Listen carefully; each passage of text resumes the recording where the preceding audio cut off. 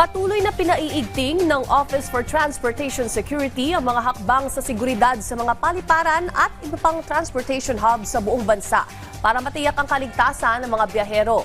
Ayon kay OTS Administrator Undersecretary Gilbert Cruz, mas mahigpit na iniinspeksyon ang mga pasahero at bagahe sa pamamagitan ng mas pinatinding security screening at profiling measures. Ginagamit din ng X-ray machines at iba pang modernong screening equipment para maagang matukoy ang mga ipinagbabawal na gamit at maiwasan ang mga posibleng banta sa seguridad.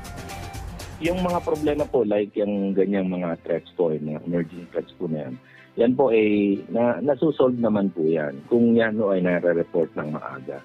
So ay humihingi lang po ako ng tulong sa ating mga kababayan na sana po mag-report lang po sila sa amin, sa police station, sa mga airport security, even sa mga guards po.